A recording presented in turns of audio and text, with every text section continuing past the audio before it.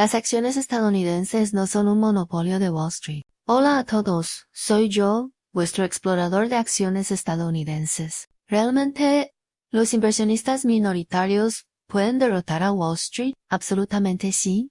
Y no es un evento de baja probabilidad. Basta con dominar este método, y cualquiera puede derrotar a Wall Street. No lo digo yo, sino Peter Lynch, el administrador de fondos más famoso de la historia de Fidelity Investments, conocido como el santo de las acciones. Peter Lynch incluso enseñó a niños de primaria a seleccionar acciones con este método, y sorprendentemente, la mayoría de ellos superaron el rendimiento de los analistas de Wall Street. Como el administrador de fondos más reconocido de Wall Street, conoce bien el punto débil más fatal de esta área, y sabe cómo lograr grandes resultados con pequeños esfuerzos. Lo más admirable es que después de alcanzar la cima de su carrera, Peter Lynch escribió un libro especialmente para nosotros, los inversionistas minoritarios, en el que compiló su teoría y método de inversión de toda la vida, acompañados de casos prácticos. El título del libro es Beating the Street, derrotar a Wall Street. En el vídeo de hoy compartiré con vosotros los métodos de inversión más esenciales de este libro, y además os presentaré casos de inversión reales para verificar este método. El valor más grande del libro radica en que todos sus métodos son extremadamente prácticos y atacan directamente el punto vulnerable de Wall Street, por lo que son muy adecuados para que los inversionistas minoritarios los utilicen como referencia. En el último trimestre, Nvidia ha estado plagada de noticias negativas.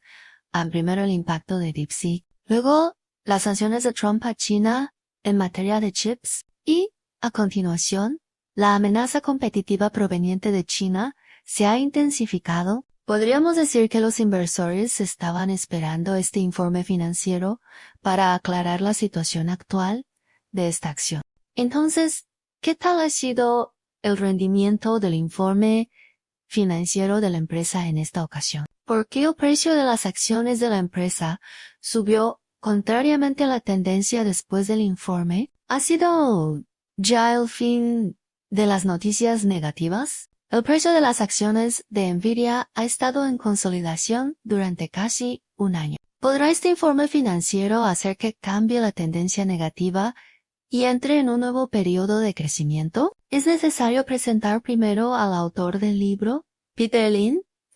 Quizás algunos de vosotros ya le conozcáis bien. Peter Lynch es una gran leyenda en el mundo de las inversiones y uno de los inversores más exitosos de la historia. Fue administrador de fondos en Fidelity Investments, y el fondo que gestionaba tuvo una rentabilidad anual del 29%, un rendimiento incluso superior al de Buffett, cuya rentabilidad anual apenas alcanza el 20% aproximadamente. Durante los 13 años en que Peter Lynch estuvo a cargo del fondo, el rendimiento total aumentó 27 veces, estableciendo un récord de rendimiento más alto para un administrador de fondos en la historia. Por ello, los inversores chinos le llaman cariñosamente el santo de las acciones, y comparte el mismo renombre que el dios de las inversiones, Buffett. Además de su excelente rendimiento personal, la aparición de Lynch cambió completamente la percepción de la gente sobre el producto que es el fondo de inversión. Antes de él, los fondos no eran muy populares, pero su llegada hizo que la gente se diera cuenta de que un administrador de fondos podía aportar un valor tan alto, lo que aceleró enormemente el desarrollo de toda la industria de los fondos. Podemos decir que fue Lynch quien elevó el fondo de inversión a un nuevo nivel, por lo que también ha sido calificado por varias instituciones autorizadas como el administrador de fondos más legendario de la historia. Entonces, ¿por qué un administrador de fondos tan legendario escribió un libro para enseñar a nosotros, los inversionistas minoritarios? En el libro le escribió un párrafo que quizás revela la respuesta. La mayoría de los inversionistas minoritarios ni siquiera se atreven a competir con estos profesionales geniales de Wall Street. A menudo deciden rendirse directamente. Gastan el dinero que han ahorrado con mucho esfuerzo en comprar fondos y se lo entregan a los administradores de fondos para que lo gestionen. ¿Cuál fue el resultado? el 75% de los fondos no alcanzaron ni siquiera el nivel promedio del mercado en términos de rendimiento. Esto demuestra que los administradores de fondos no son tan buenos como se piensa. Y definitivamente no son los genios de las inversiones que la gente imagina. Precisamente porque Lynn conoce muy bien el funcionamiento de los administradores de fondos y ha visto a través de los problemas de toda la industria. Cree que los administradores de fondos no son invencibles. Entonces, si los administradores de fondos no son buenos, nosotros, los inversionistas minoritarios, ¿sí lo somos? Según Lynn, efectivamente. Solo nosotros los inversionistas minoritarios podemos hacerlo. Basta con que aproveches tus ventajas, y es muy probable que superes a estos administradores de fondos. Y además, no es una tarea tan difícil. Para demostrar esto, Lynn mencionó en el libro un caso real famoso, el experimento de selección de acciones por niños de primaria. Este experimento lo realizó un amigo de Lynn, quien reunió a un grupo de niños en una escuela para que seleccionaran acciones y formaran una cartera simulada compuesta por 11 acciones. Lo sorprendente es que 2 años después, esta cartera subió un 70%, mucho más que el aumento del 26% del mercado general en el mismo periodo, y superó incluso el rendimiento del 99% de los administradores de fondos. Sí, fueron estos niños, que no sabían nada de finanzas, quienes superaron al 99% de los administradores de fondos. Quizás pienses que aquí hay un componente de suerte. El amigo de Lynn también pensó lo mismo en ese momento, por lo que realizó experimentos similares en otras escuelas. Lo interesante es que todas las carteras formadas por los niños derrotaron el rendimiento de la mayoría de los analistas. E incluso hubo muchas carteras con un rendimiento superior al 70%. Recuerda que un rendimiento del 70% ya supera al 99% de los administradores de fondos de Wall Street. Es decir, incluso si buscas cuidadosamente en Wall Street, no es seguro que encuentres a alguien que pueda derrotar a estos niños. Pero los niños pueden derrotar fácilmente a estos profesionales. Entonces, ¿por qué sucede esto? ¿Realmente los niños tienen alguna capacidad oculta para seleccionar acciones? En realidad, los niños no seleccionaron las acciones al azar. Vamos a ver la estrategia de selección de acciones de los niños, que quizás nos dé alguna idea. En el experimento, los niños se dividieron en grupos de 4, y cada grupo tenía que seleccionar una acción que les gustara más. Por supuesto, no lo hicieron al azar. Primero buscaron en los periódicos empresas con potencial, luego las estudiaron una por una.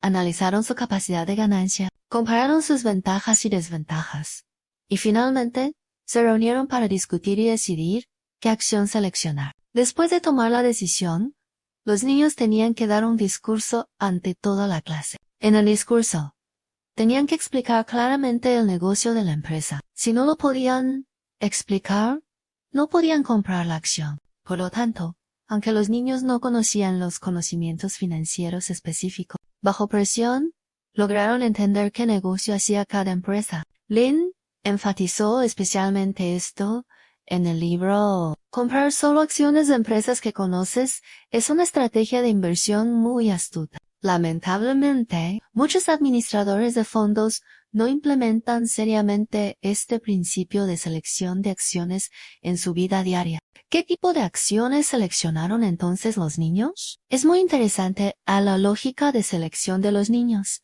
Era muy simple. Eligieron las empresas que conocían y les gustaban más, como Disney, Nike y la empresa que hace tarjetas de béisbol. Estas son empresas en las que los niños sueñan con recibir regalos relacionados en su cumpleaños o lugares donde sueñan con celebrar su cumpleaños. Y fueron precisamente estas empresas que los adultos podrían considerar comunes, las que derrotaron al 99% de los administradores de fondos. Quizás pienses que esta estrategia de selección de acciones es muy infantil, pero Lynn vio 2 puntos clave en ella. Primero, en invertir en acciones que sean simples de entender y que podamos comprender. Los adultos, cuando seleccionamos acciones, solemos preferir empresas que parezcan muy avanzadas, con negocios tan complejos que incluso después de investigar mucho, no los entendemos bien. Como si una empresa no tuviera dificultad, no pudiera ganar dinero.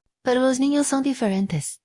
Aun como tienen que dar un discurso ante la clase, deben entender el negocio de estas empresas. Si una empresa puede ser entendida incluso por un niño, entonces su negocio es definitivamente simple y su lógica de inversión es clara, lo que es la clave de una inversión exitosa. Segundo, en invertir en empresas cuyos productos y servicios sean universales.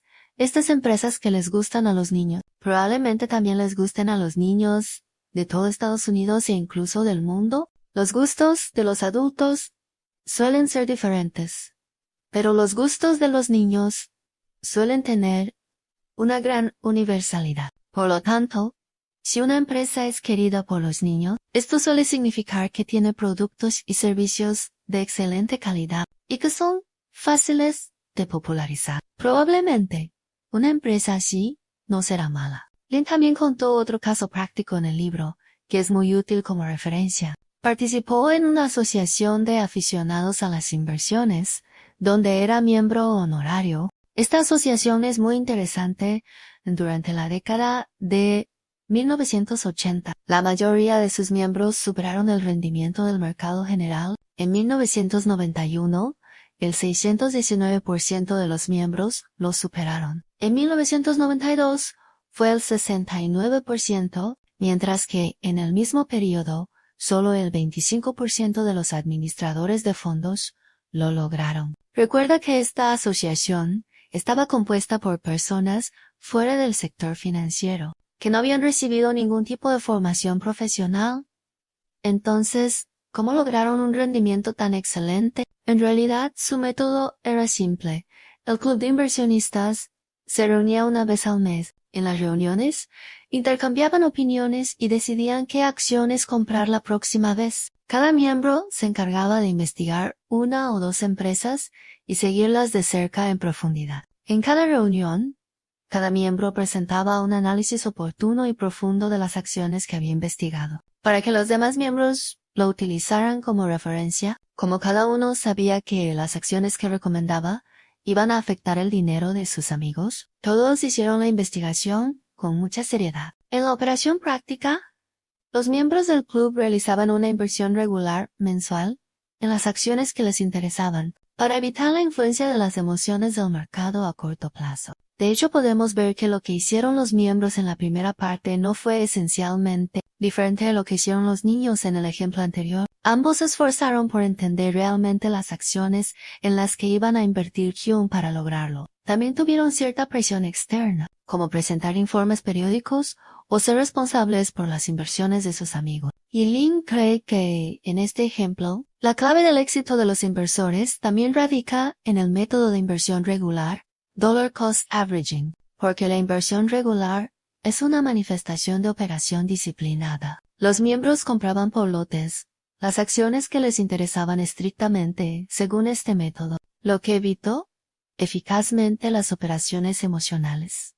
Además, la inversión regular puede reducir eficazmente el costo promedio, lo que disminuye el riesgo derivado de la elección del momento de inversión. Lin cree que mientras los inversores puedan mantener la disciplina y entender siempre sus inversiones, incluso los inversionistas minoritarios comunes pueden derrotar al mercado. Por supuesto, para que los inversionistas minoritarios tengan éxito en las inversiones, solo con disciplina y entender las inversiones no es suficiente. El libro también presenta muchas ventajas que podemos aprovechar y habilidades que necesitamos desarrollar, que explicaremos en detalle más tarde.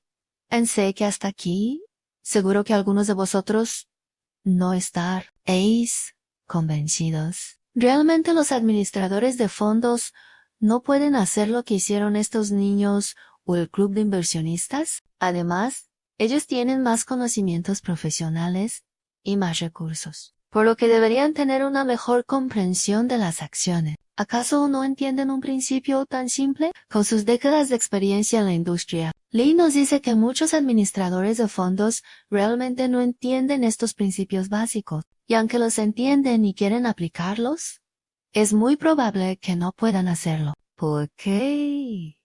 por qué. En el libro, Lin señaló 3 razones clave que limitan el desempeño de los administradores de fondos. Primero, la presión por el rendimiento. Segundo, el mecanismo de responsabilidad. Y tercero, el cumplimiento normativo. Primero, a la presión por el rendimiento a corto plazo que enfrentan los administradores de fondos es realmente enorme, lo que hace que tengan que tomar decisiones a corto plazo con frecuencia. Por ejemplo, un administrador de fondos puede creer firmemente en una acción. Está seguro de que a largo plazo tendrá un rendimiento excesivo. Pero si el precio de la acción no es bueno a corto plazo, debido a la presión por el rendimiento, también tiene que venderla. Y eso no es todo. Después de vender las acciones de la empresa, no puede mantener una posición vacía. Bajo la presión por el rendimiento, el administrador de fondos todavía tiene que encontrar la manera de derrotar al mercado. Por lo tanto, para mejorar el rendimiento a corto plazo, tiene que buscar una acción que no conozca tan bien, intentando derrotar al mercado en el corto plazo. Lin dijo que ha visto muchos administradores de fondos de otras empresas que se preocupan todos los días por cómo su jefe supervisa su rendimiento. Solo con esforzarse por derrotar al mercado, ya tienen suficiente trabajo. Además, tienen que cumplir con un plan de inversión diario según los requisitos. Y si las inversiones no van bien, tienen que encontrar la manera de explicar su estrategia de inversión. Todo esto les añade mucho trabajo innecesario, por lo que no tienen tiempo para investigar las acciones con concentración. Segundo, a todos los administradores de fondos y analistas tienen una motivación natural para evadir la responsabilidad. Lin descubrió que en el funcionamiento de la mayoría de los fondos, primero los analistas recomiendan acciones, y luego los administradores de fondos eligen qué acciones comprar para invertir. Para los administradores de fondos, esto no solo les ahorra trabajo, sino que también les permite culpar a los analistas cuando surgen problemas. Sin embargo, los analistas no son tontos.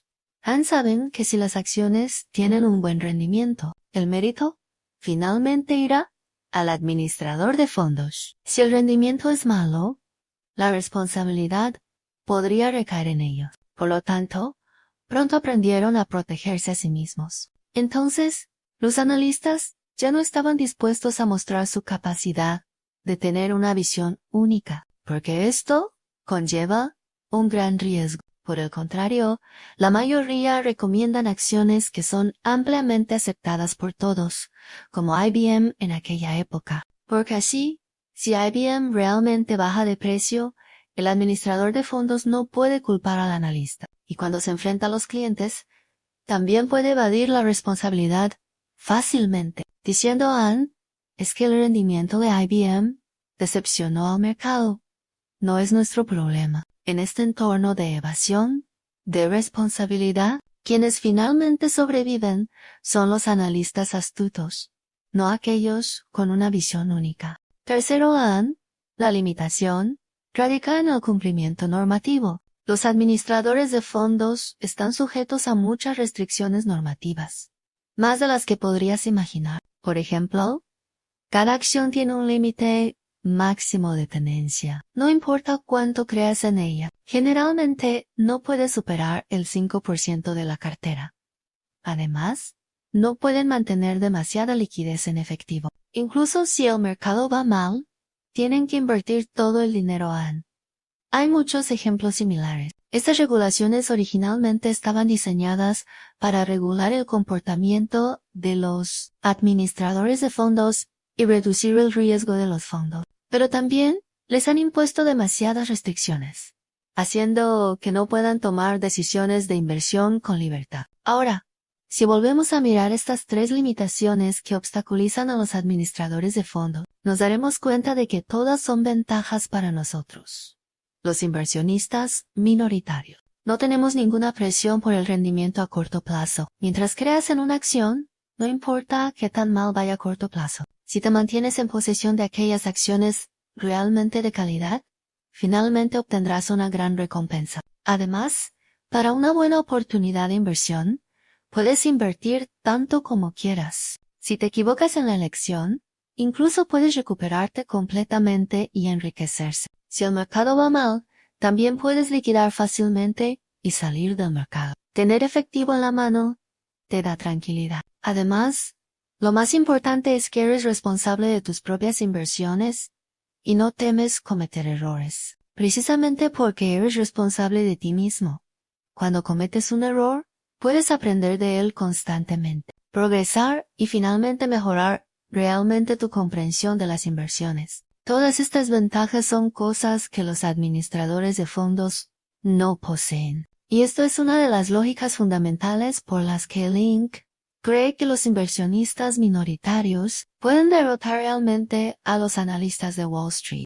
Entonces, ¿qué debemos hacer para convertirnos en inversionistas minoritarios exitosos y derrotar a Wall Street? Link dio muchas recomendaciones en el libro y he seleccionado algunas de las más importantes y prácticas para compartir con vosotros. Link cree que, para ganar dinero con las acciones, primero, no te dejes intimidar fácilmente y no vendas las acciones cuando te sientas pesimista. Piensa que invertir en acciones es como perder peso en lo que determina el resultado final. Suele ser la perseverancia, no el intelecto. Link enfatizó especialmente en el libro que no debes creer ciegamente las recomendaciones de los medios y los expertos y vender las acciones fácilmente un año. Link participó en una mesa redonda de Barron's, donde se reunieron muchos expertos de primer nivel de la industria para discutir la tendencia futura de la bolsa. En ese momento, estos expertos expresaron una opinión muy pesimista, y entre ellos hubo quienes predijeron que Estados Unidos sufriría una grave recesión. La actitud de los principales medios en aquel año también fue la misma en Sin embargo, la realidad fue que la bolsa subió mucho al año siguiente, y este aumento se mantuvo durante varios años, creando el próximo gran mercado alcista. En ese momento, muchos inversores que creyeron ciegamente en los expertos se quedaron fuera del mercado por completo. Por lo tanto, Link cree que cuando el mercado está en general pesimista, especialmente cuando los expertos recomiendan abandonar el mercado, es precisamente el momento en que deberíamos buscar la manera de comprar a bajo precio. Sin embargo, Link también mencionó que esto es fácil de decir, pero difícil de hacer, porque cada crisis parece más grave que la anterior. Ignorar completamente estas noticias pesimistas y arriesgarse a comprar a bajo precio es realmente complicado. Entonces, ¿qué hacer? Lee nos enseñó dos métodos en el libro. Primero, a pensar con una perspectiva más amplia. Lin dijo, cada vez que me siento preocupado o decepcionado por la situación general actual, es decir, por la economía macroeconómica futura, me esfuerzo por centrarme en una perspectiva más amplia. Para explicar qué es una perspectiva más amplia, Lin dijo, debemos creer que Estados Unidos continuará existiendo y desarrollándose, que la gente continuará viviendo una vida normal, que se pondrá un pantalón por una pierna primero y luego por la otra, como siempre. Creer que las empresas que producen pantalones continuarán generando ganancias para sus accionistas. Creer que las empresas antiguas perderán finalmente su vitalidad y serán eliminadas. Creer que nuevas empresas llenas de vitalidad tomarán su lugar. Creer que el pueblo estadounidense es un pueblo trabajador y creativo, y que quienes son perezosos y no se esfuerzan finalmente serán criticados detrás de estas frases. En paralelo, hay dos puntos clave. Una es la fe en el largo plazo en las acciones estadounidenses, y la otra es ver las leyes objetivas del desarrollo de las cosas desde una perspectiva a largo plazo. Debemos creer que lo que debe suceder, sucederá tarde o temprano. Con estos dos modos de pensar, es más fácil encontrar oportunidades en las crisis. Lin dijo, aunque desde el siglo XX han ocurrido diversos desastres, y ha habido miles de razones para predecir que el fin del mundo está a punto de llegar, invertir en acciones sigue siendo la opción con mayor rendimiento. A mirar la bolsa con esta perspectiva a largo plazo y mantener la confianza en las inversiones a largo plazo te brindará un rendimiento mucho más alto. En cambio, escuchar las predicciones pesimistas de los expertos, creer que una recesión económica está a punto de llegar y vender todas las acciones asustado te dará un rendimiento mucho más bajo. Cuando preparaba este video, las acciones estadounidenses acababan de salir de una crisis de guerra comercial arancelaria. En el momento más grave de la crisis, Todo el mundo pensaba que el fin del mundo estaba a punto de llegar. Y la bolsa estaba llena de todo tipo de opiniones ruidosas. Algunos decían que Estados Unidos se enfrentaría a una gran recesión, otros que la inflación reaparecería, y otros que la hegemonía del dólar, que se mantuvo durante casi 100 años, se desvanecería. En un instante, el mercado estaba lleno de pánico. En un mes, las acciones estadounidenses bajaron más del 20%. En un entorno así, es muy difícil no dejarse guiar por estas emociones pesimistas. En estos momentos, deberíamos salir de esta dinámica y mirar la perspectiva más amplia que admiraba Peter Lynch. En realidad, tanto la guerra comercial como la recesión, desde una perspectiva más amplia, son solo pasajeras y finalmente pasarán. Mientras creas que Estados Unidos se recuperará, al final, entonces, esta crisis será una oportunidad de inversión a largo plazo para ti. Por supuesto, juzgar el momento adecuado entre el riesgo y la oportunidad no es fácil. Si todavía no te sientes seguro, Lee nos dio un segundo método práctico, la inversión regular disciplinada. Al igual que los miembros del club de inversionistas, puedes invertir regularmente cada mes en las acciones que creas en el largo plazo. Lynn descubrió que el rendimiento de estos inversores que invierten regularmente y en cantidades fijas es mucho más alto que el de aquellos inversores que entran y salen del mercado según su intuición, es decir, quienes eligen el momento de inversión en él. Si también crees que no sabes cómo juzgar el momento, puedes intentar invertir de esta manera, con cantidades fijas y periodicidad regular. Otra recomendación que Lynn dio en el libro es: no sigas demasiadas acciones. Generalmente entre 8 y 12 es suficiente. La razón de esta recomendación es que Lynn cree que es extremadamente importante seguir cada una de tus acciones en profundidad. Lynn dijo que muchos inversores se dedican todo el día a comprar y vender acciones, y quizás ni siquiera recuerdan qué acciones han comprado en el pasado. Este tipo de inversión, que se limita a comprar y vender, sin seguir las acciones en profundidad, difícilmente tendrá éxito. Descubrió que mucha gente no vuelve a tocar las acciones que ha vendido, especialmente aquellas que les hicieron perder dinero. Prefieren olvidarlas completamente y no hablar de ellas nunca más. En cambio, para aquellas acciones que vendieron, pero que siguieron subiendo mucho, evitan mirar su precio actual a propósito, para no tener recuerdos dolorosos. Lynn cree que este método de inversión es muy malo, porque el desarrollo de una empresa no es una serie de eventos aislados e interrumpidos, sino que debe ser visto como una historia épica, continual. Debes revisar constantemente el desarrollo más reciente de esta historia y no perderte ningún nuevo giro o cambio. Independientemente de si compraste una acción hace 10 años o 2 años, ahora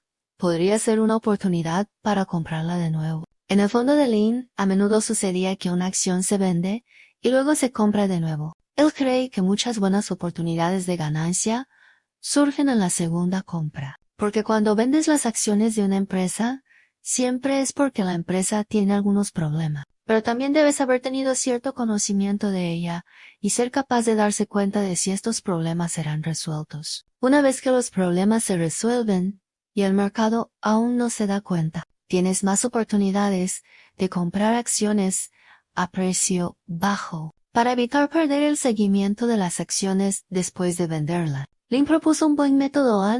Él mismo tiene un cuaderno en el que registra detalladamente el proceso de inversión de cada acción, incluyendo información importante extraída de los informes trimestrales y anuales, las razones por las que decidió comprar en un principio y las razones por las que decidió vender la última vez, etc. En el camino al trabajo o en casa, revisa este cuaderno cuando tiene tiempo. De hecho, yo también tengo este hábito. Hago un documento para cada empresa en la que he invertido, donde anoto la lógica de compra y venta en ese momento, así como los vídeos de análisis que hice antes. Cada cierto tiempo lo reviso, lo que me ayuda mucho en mis inversiones. Si veo que mi análisis fue correcto, mi confianza en las inversiones se refuerza. Si veo que me equivoqué en el análisis, reflexiono sobre dónde estuvo el problema en sí, La lógica en ese momento fue incorrecta. La mejoró. Si la lógica fue correcta, entonces probablemente sea una buena oportunidad para comprar o vender. También podéis probar este método. Quizás haga que vuestras inversiones sean más efectivas. Lin también mencionó en el libro una recomendación muy útil para nosotros, los inversionistas minoritarios. Y creo que es la esencia de la esencia del libro. Valora mucho que busquemos oportunidades de inversión en la vida cotidiana. A lo que a Lin le gusta hacer más es ir de compras. Pero no solo él, sino acompañado de su esposa y sus hijas. Disfruta mucho de observar el funcionamiento de las tiendas mientras va de compras, y dice que es el lugar donde encuentra más inspiración para invertir. ¿Por qué ir de compras puede brindar inspiración? Lin dijo, sí, veo que una tienda tiene mucho éxito en un centro comercial. Es probable que tenga el mismo éxito en los otros más de 400 centros comerciales similares de Estados Unidos. Y si además está en un periodo de expansión, entonces es una oportunidad de inversión excelente. El periodo de expansión al que se refiere Lin es la situación en la que las tiendas aún no se han extendido a todos los centros comerciales. Es decir, están en la etapa de expandir su negocio. Lin dijo que cada vez que va a un centro comercial, puede descubrir cambios en el negocio de las empresas cotizadas, como qué empresas están en auge, qué empresas están en declive, o qué empresas están realizando una transformación de negocio como estrategia de inversión. Cree que ir de compras mucho en los centros comerciales es mucho mejor que creer en las recomendaciones de inversión de las empresas de valores. Y también mucho mejor que leer todos los informes financieros para buscar información más reciente. Lind dijo, al pasar un día en un centro comercial, me permite entender más sobre las empresas cotizadas, que asistir a un mes de seminarios de investigación y análisis de inversiones. Esto es fácil de entender. Piensan tanto las recomendaciones de las empresas de valores como los informes de investigación de las empresas son información consensuada dentro de la industria. Todos los analistas ven esto, y las conclusiones que sacan son casi las mismas. Pero las tiendas físicas son diferentes.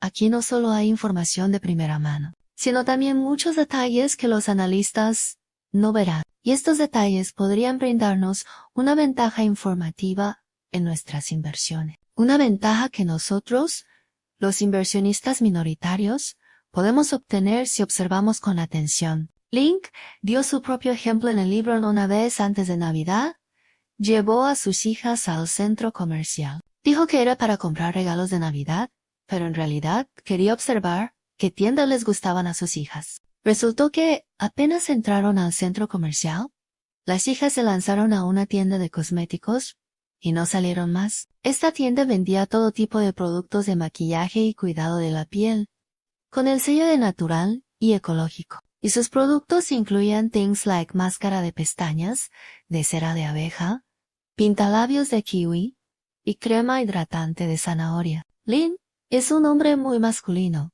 y no sabía nada de estos productos, y por supuesto, no compraría ninguno. Pero vio con sus propios ojos que la tienda estaba llena de gente comprando. Según su observación, esa tienda de cosméticos era una de las 3 con más éxito en el centro comercial. En ese momento, se le ocurrió a no hace poco un compañero de trabajo de su fondo renunció a un trabajo bien pagado y abrió una tienda de cosméticos en franquicia con su propio ahorro.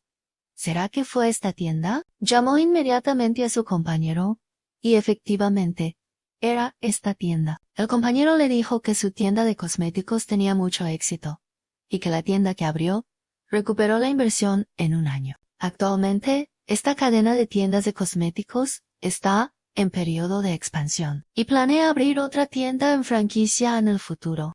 Lin se dio cuenta de repente que posiblemente había encontrado una oportunidad de inversión excelente, por lo que comenzó a investigar profundamente esta empresa. Descubrió que esta tienda de cosméticos ya tenía un buen rendimiento en otros países y acababa de entrar en el mercado estadounidense en una etapa inicial de expansión. Si se calcula según la densidad de tiendas de Canadá, donde hay más tiendas de este tipo, el número de tiendas en Estados Unidos podría expandirse 13 veces más. Además, la dirección de la tienda de cosméticos era muy responsable, aun cuando su compañero solicitó abrir otra nueva tienda. El presidente de la tienda de cosméticos aún viajó personalmente desde el Reino Unido a Estados Unidos para inspeccionar el lugar y evaluar cuidadosamente la capacidad de gestión del compañero. Basado en el consejo de su hija, sus propias observaciones detalladas y la investigación profunda posterior, Lin finalmente compró acciones de esta tienda de cosméticos. Esta acción luego le brindó un rendimiento de decenas de veces a Lin. El nombre de esta tienda de cosméticos, creo que ahora mucha gente lo conoce, se llama The Body Shop, y puedes encontrar sus tiendas en los principales centros comerciales de América del Norte. En realidad, casos como la inversión en The Body Shop fueron muy comunes en la carrera de inversión de Lin. Esta es también su forma de inversión favorita. Primero ve que una empresa ha demostrado un pequeño éxito, y luego compra sus acciones durante el proceso de escalado AN. Este tipo de acciones suele aparecer en el sector minorista, y Lin las llama acciones de crecimiento minorista. Lin dijo, lo más atractivo de esta inversión es que tienes mucho tiempo para observar plenamente su desarrollo. Una vez que demuestren con hechos su gran potencial de crecimiento, no es tarde para comprar sus acciones. Esto nos brinda una buena idea a nosotros, los inversionistas minoritarios. Muchas veces, al comprar acciones queremos capturar la Apple cuando era pequeña, o la Tesla cuando era pequeña, pero no nos damos cuenta de que este tipo de acciones tiene un riesgo realmente alto. Hay muchas empresas que en la misma etapa parecían emocionantes, pero finalmente desaparecieron. Las verdaderas buenas empresas, una vez que las descubres, nunca es tarde para invertir en ellas. Lin aplicó esta lógica a inversión a las acciones de crecimiento minorista, pero te darás cuenta de que en realidad todas las acciones de crecimiento son así. En primero demostrar éxito en un pequeño campo, y luego comprar durante el proceso de replicar el modelo de negocio. Esto será una buena oportunidad de inversión. Hasta aquí, he explicado básicamente los métodos de selección de acciones clave de la primera parte del libro. En la segunda parte del libro, Lin presenta más de 10 casos de inversión en acciones individuales, cada uno de los cuales es muy emocionante. Recomiendo que, si tenéis tiempo, los leáis vosotros mismos. Aquí os presentaré 2 casos de inversión que creo que son más valiosos como referencia y más interesantes. Si miras todos sus casos de inversión, verás que los tipos de inversión que Lin dominaba más eran 2.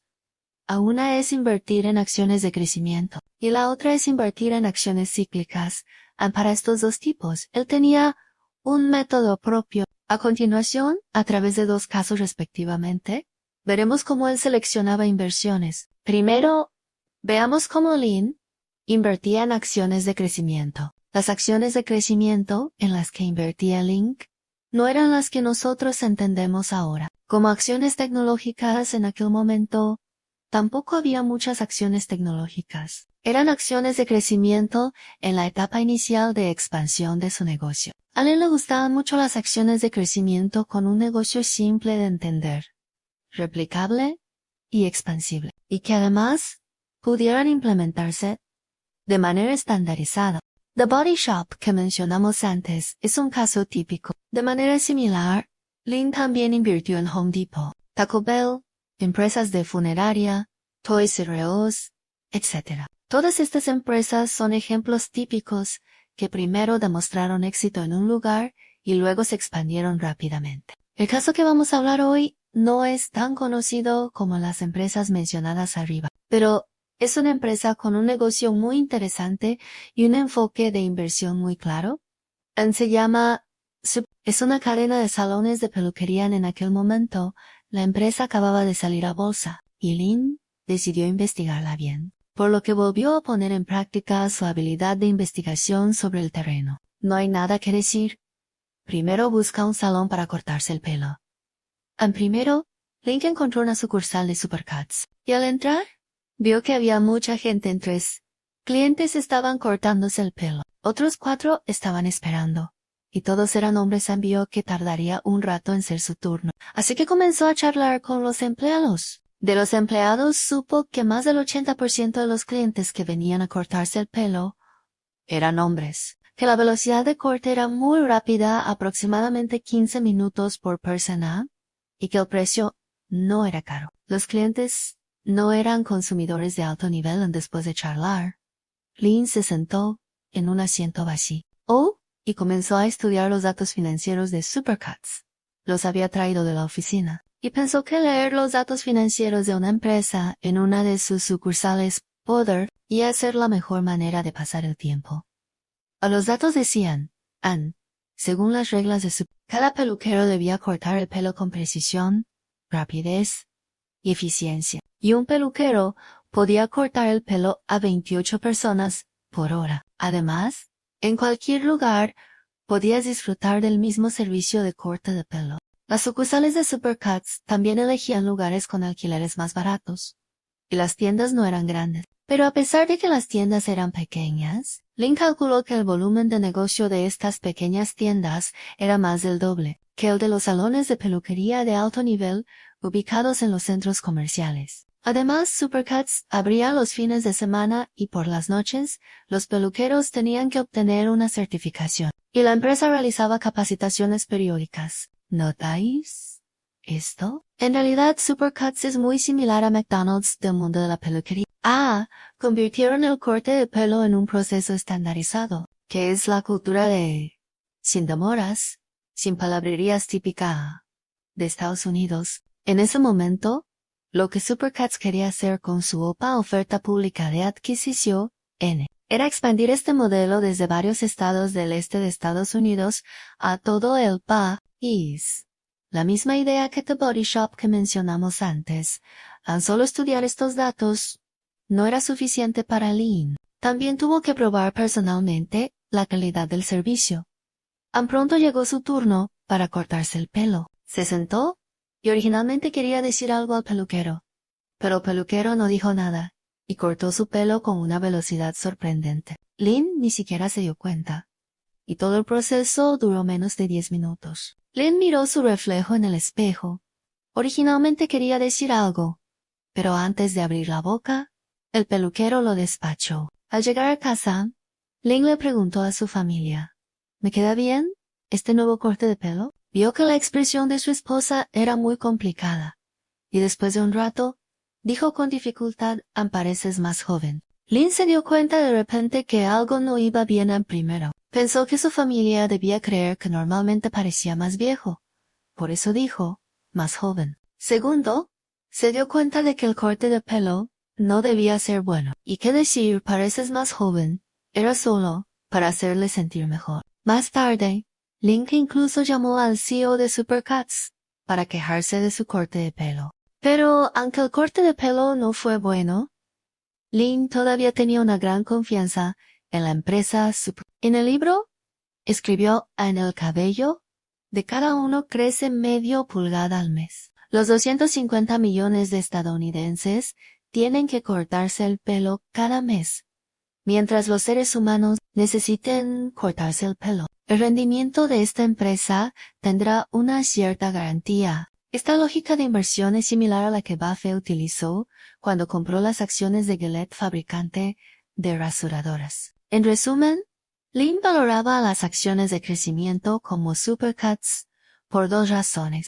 Primero, su éxito ya había sido demostrado en una parte y podía ser replicado y escalado. Segundo, su negocio era simple y estable, y el volumen de negocio tenía una garantía suficiente a largo plazo. ¿Habéis entendido el método de Lynn para invertir en acciones de crecimiento? A continuación, os presentaré otra habilidad especial de Lynn: capturar oportunidades para comprar acciones cíclicas cuando la economía va mal. Cuando preparaba este vídeo, Estados Unidos estaba al borde de una recesión. Y creo que el caso que vamos a presentar a continuación será muy valioso para vosotros como referencia. Este caso comenzó en 1982, cuando la Reserva Federal, para combatir la inflación, elevó las tasas de interés al 20%, un nivel terrorífico. Como es obvio, La economía estadounidense estaba en plena depresión en ese momento.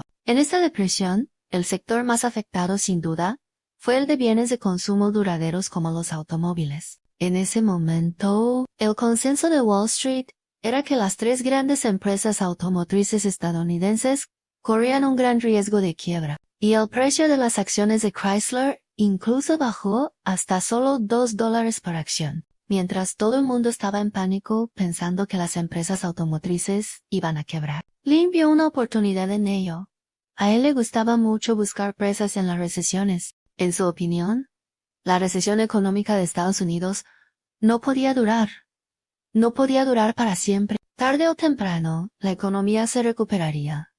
Ann también creía que los estadounidenses no podían vivir sin automóviles, y que el sector automotriz finalmente se recuperaría. Ann, en ese momento, se centró en la empresa Chrysler. Revisó el balance de la empresa y descubrió que en la cuenta de la empresa había más de $1.0 millones en efectivo, lo que garantizaba al menos que la empresa no quebraría en 2 años. Creía que obviamente Wall Street era demasiado pesimista con esta empresa, por lo que decidió comprar acciones de Chrysler en ese momento. Lynn dijo si Chrysler tuviera problemas por su propio funcionamiento. Por no vender automóviles, definitivamente no tocaría sus acciones. Pero ahora el problema no es el funcionamiento interno de la empresa, sino el entorno macroeconómico externo. Esto significa que una vez que la economía se recupere, el rendimiento de la empresa subirá muy pronto, y las ganancias de Chrysler probablemente tendrán un aumento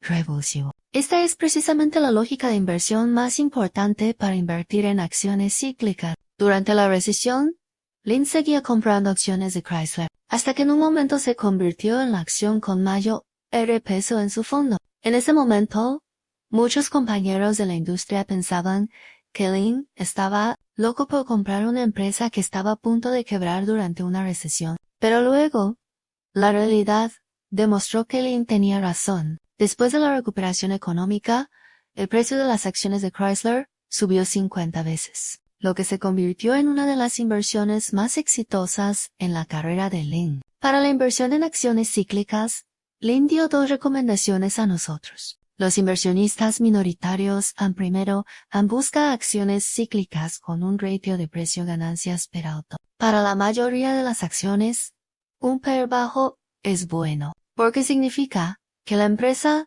tiene una valoración baja y se puede comprar más barato. Pero para las acciones cíclicas no es así. Si el PER de una empresa cíclica comienza a bajar, probablemente signifique que está cerca del final del auge. En este momento, aunque el funcionamiento de la empresa sigue siendo bueno, esta situación cambiará muy pronto. Por el contrario, cuando el PER de una acción cíclica es alto, generalmente significa que la empresa está saliendo de la etapa más difícil, y pronto, su negocio probablemente mejorará, y sus ingresos superarán las expectativas de los analistas. Este es más bien el momento de construir posiciones de manera gradual. Segundo, el balance debe ser muy saludable. La empresa puede tener un mal rendimiento durante la recesión, pero debe demostrar que tiene la capacidad de resistirla en ese momento. Lynn también estudió otra empresa, una empresa de cobre. Descubrió que el patrimonio neto de la empresa podía garantizar que no quebrara en cualquier entorno de precio del cobre. Este tipo de empresas son muy adecuadas para invertir cuando la economía va mal, porque cuando el precio del cobre baja, se eliminan a los competidores más débiles. Y como esta empresa tiene una base fundamental muy sólida, incluso puede aprovechar la oportunidad para adquirir otras empresas y expandirse. Este es precisamente el mejor momento de inversión. Hasta aquí, he terminado de presentar el libro Beating the Street. Derrotar a Wall Street. Creo que las recomendaciones que Lynn dio a nosotros, los inversionistas minoritarios, en el libro, también podréis aplicarlas a vuestras propias inversiones. Espero que esta presentación de un buen libro también os ayude en vuestras inversiones. Finalmente, también quiero pediros un favor. ¿Qué os parece esta forma de presentar libros de inversión? Son bienvenidos vuestros comentarios en la sección de comentarios. En si tenéis algún libro de inversión que queráis que presente, también podéis dejarlo en los comentarios. Quizá la próxima presentación de un buen libro provenga de vuestra recomendación. Al final del video, quiero terminar con una frase de Peter Lynch. En la industria de las inversiones, si lo haces bien, probablemente acertarás en 6 de cada 10 ocasiones. Nunca podrás acertar en 9 de cada 10, por lo que la mejor inversión que puedes hacer es invertir en ti mismo. Porque esto nunca fallará. Si te gustó mi video, no olvides darle like, seguirme y compartirlo. Gracias a todos.